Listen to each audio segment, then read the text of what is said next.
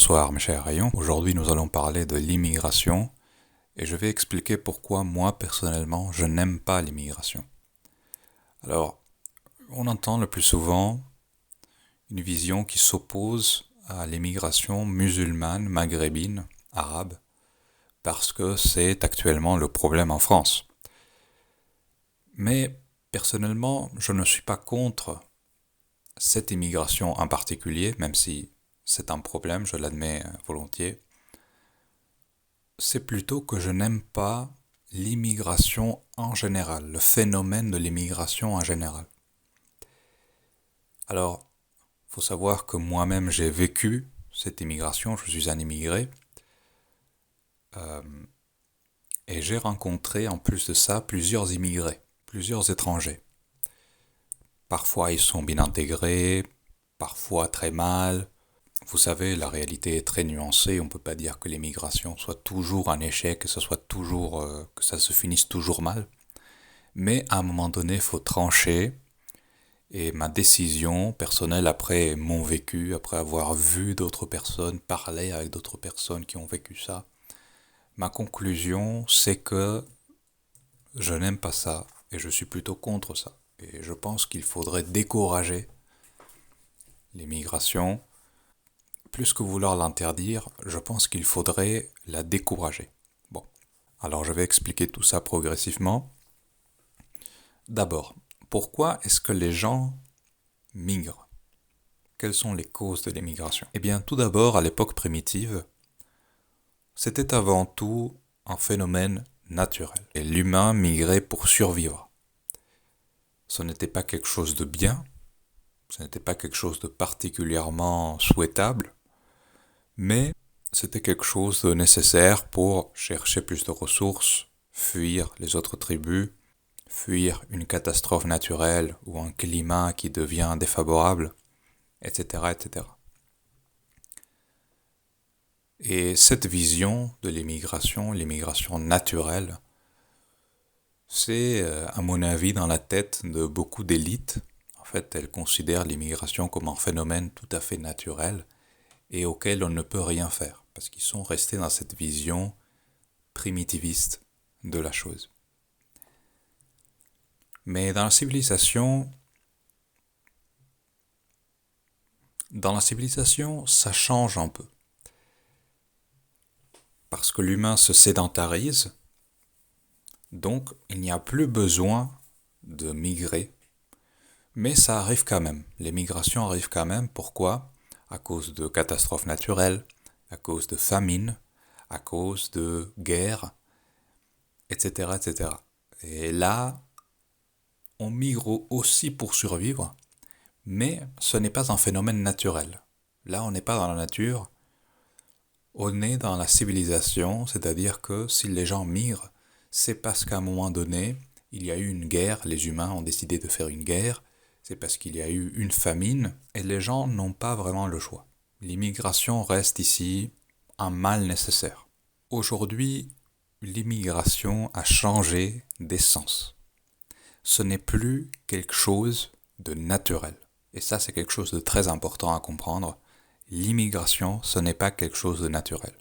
On va laisser de côté les shitholes, les trous à merde, où les gens migrent parce qu'il y a la guerre, souvent provoquée par les États-Unis, les migrations dans la Syrie, dans le Moyen-Orient, etc. On va laisser de côté ces circonstances. On va laisser de côté cette forme d'immigration. De nos jours, mis à part ça, la majorité de l'immigration est économique et émotionnelle. On fuit une économie pourrie, en fait une économie où on ne peut pas prospérer, où on stagne, où on galère à gagner sa vie et à évoluer.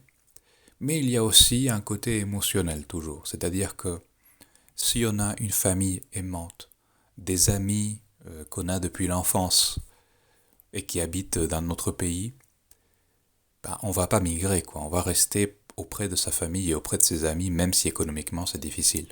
Je veux dire, à un moment donné, il y a aussi ce facteur qui est très important, le facteur émotionnel, si tu n'as pas développé de relations émotionnelles intenses, solides, dans ton pays d'origine, tu auras plus de chances de migrer ailleurs. Dans tous les cas, c'est un phénomène volontaire. D'accord? C'est volontaire. Contrairement aux migrations primitives et aux migrations des débuts de la civilisation, aujourd'hui l'immigration est avant tout volontaire, laissant de côté les shitholes, les trous à merde. C'est un phénomène volontaire artificiel. Bon. On choisit de migrer parce qu'on stagne économiquement, parce qu'on veut quelque chose de plus, et parce que émotionnellement, on n'a pas des relations non plus si fortes que ça avec notre famille. On peut dire qu'on migre essentiellement pour fuir quelque chose. Dans l'époque primitive et la civilisation au début, on fuyait la mort et les catastrophes, essentiellement. C'est-à-dire qu'on migrait pour survivre. À notre époque, on ne migre pas pour survivre, on migre pour fuir une économie de merde. On pourrait survivre. Ces gens-là, les gens qui migrent, pourraient survivre dans leur pays. Mais comme l'économie c'est de la merde, ils cherchent quelque chose de plus. Et j'insiste sur ce point, je sais que je me répète, mais c'est important de comprendre que aujourd'hui l'immigration n'est pas un phénomène naturel, c'est un acte volontaire choisi de la personne. Quelqu'un de pauvre n'est pas obligé de migrer. D'accord? L'immigration n'est jamais une fatalité. Contrairement à ce que l'on nous dit souvent, oui, ils migrent parce qu'ils n'ont pas le choix. Ils ont le choix. D'accord? Le plus souvent, ils ont le choix. Ceci étant établi, il faut voir maintenant qu'il y a deux profils d'immigrés. Ça, c'est quelque chose dont vous n'entendrez jamais parler ou très rarement. Il y a deux profils d'immigrés. Il y a d'abord l'immigré consentant et l'immigré non consentant. Commençons donc par l'immigré consentant, et c'est celui qui a choisi personnellement de migrer. C'est celui qui a fait le choix de se barrer de son pays. Ce sont généralement, ces immigrés sont généralement des adultes qui, encore une fois, en ont marre de stagner économiquement dans leur pays. Ils voient les salaires, l'économie beaucoup plus développée dans d'autres pays et ils se disent je vais me barrer d'ici, je vais me barrer de ce trou à merde et je vais aller chercher plus. Ils ont souvent, pas toujours, mais souvent, un passif émotionnel dans leur pays d'origine. Famille de merde, prof de merde, entourage de merde. Abandonner leur pays leur permet de fuir ce passif émotionnel et d'échapper à son passé d'une certaine façon. Il y a beaucoup de ça aussi. Et ça, on n'en parle jamais parce que, comme je l'ai dit dans mes vidéos précédentes, les émotions n'existent pas actuellement.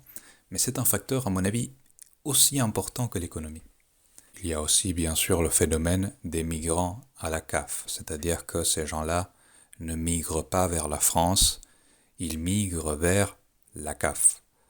Ça, c'est un cas spécifique, ce sont les gens les plus égoïstes et ce sont les gens les plus protégés par les bobos. C'est-à-dire que les migrants les plus égoïstes, ceux qui viennent vraiment pour la CAF, ce sont les gens les plus protégés, les plus chouchoutés par des bobos.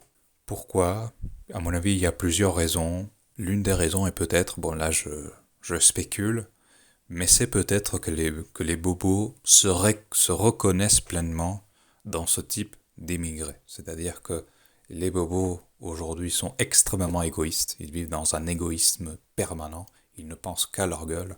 Donc le migrant qui pense aussi à lui-même, qui est dans un égoïsme complet, je pense que les bobos compatissent d'une certaine façon avec ce genre d'émigrés. Bon, quoi qu'il en soit, il faut savoir qu'il y a un énorme paradoxe avec l'immigré consentant. Ce paradoxe est que cet immigré qui a été volontaire pour migrer, c'est celui qui ne va justement jamais s'assimiler. Et là, on a le plus grand paradoxe de l'assimilationnisme, de l'idéologie assimilationniste.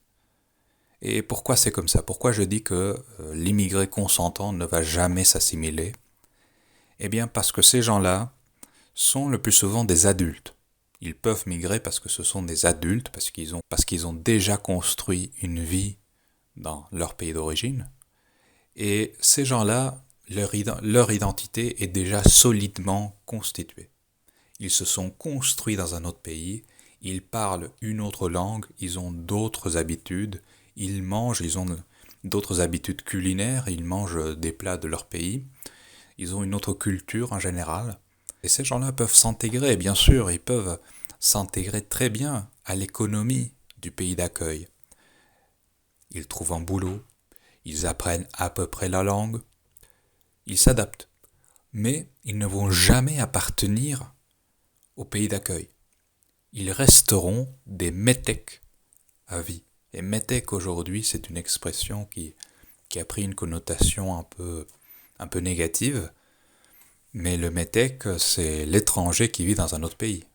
Voilà, c'est ça. Il n'y a pas de connotation chez moi. Quand je dis métèque, ces gens-là resteront toujours des métèques, même s'ils obtiennent la nationalité du pays, parce que c'est une affaire administrative en réalité, obtenir la nationalité. Donc, je répète, le paradoxe est que l'immigré consentant est celui qui a le moins de chances de s'assimiler. Ça peut arriver, il y a toujours des exceptions, mais normalement, il ne va jamais s'assimiler, parce qu'il est déjà construit, parce qu'il a déjà une autre identité.